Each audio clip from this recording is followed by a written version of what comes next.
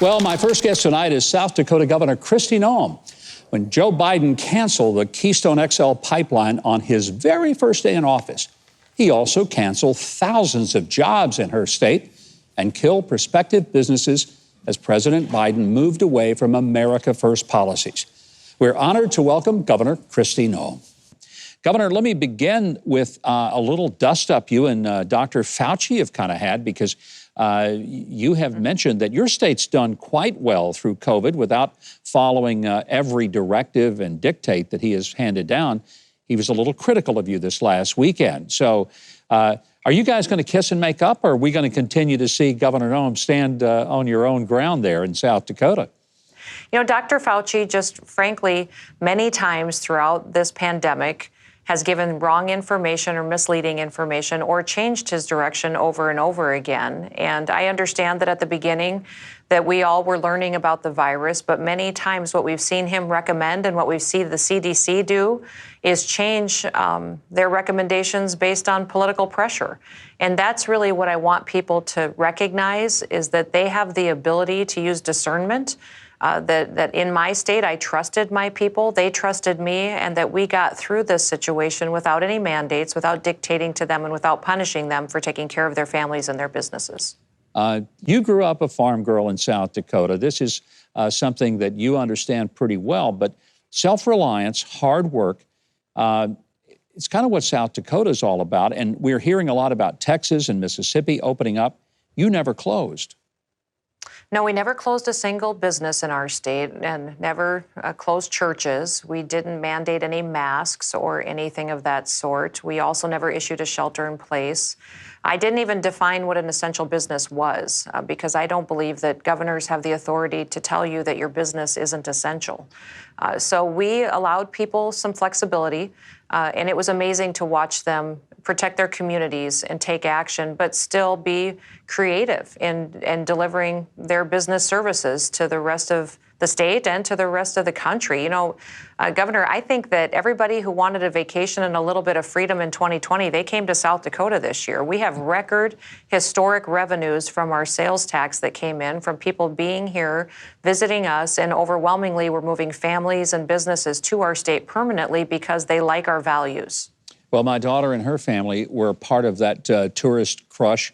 They were there last summer, said it was some of the most amazing scenery they've ever seen in their lives. They love South Dakota.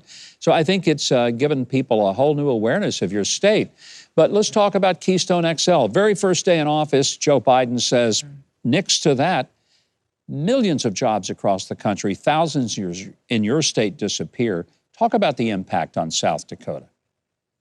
Well, we lost jobs overnight. As soon as he issued that executive order stopping the pipeline, it was tragic for our state. Now, we don't have oil really that much in South Dakota. The vast majority of oil reserves is in North Dakota.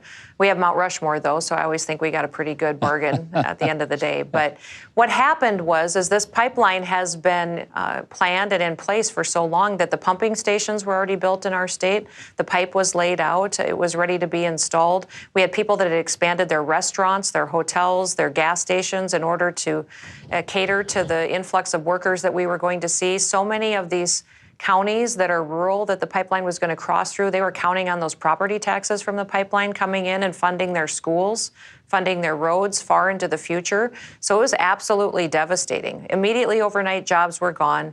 Families, businesses were impacted, their budgets were hurt, and even some of those basic services such as transportation and education are going to be hurt for decades into the future. One of the things that I've admired about you is your personal story. You were a teenager when your father died. Your family had a farm. You essentially had to go and, in many ways, take the leadership role for your family and the farm, delayed your own education until you could go back and finish it. Hardship, difficult times. How did that prepare you as you now face hardships and difficult times as a governor? Did it make you the strong person and the strong person of faith that we all know you to be?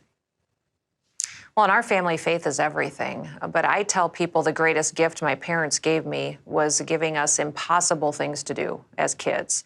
They gave us jobs that we thought, there's no way I can possibly do that.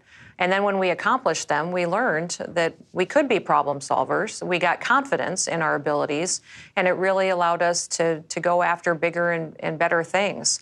So I think what we're doing in this country, in some of the changes that we've seen in parenting, is we're crippling our children.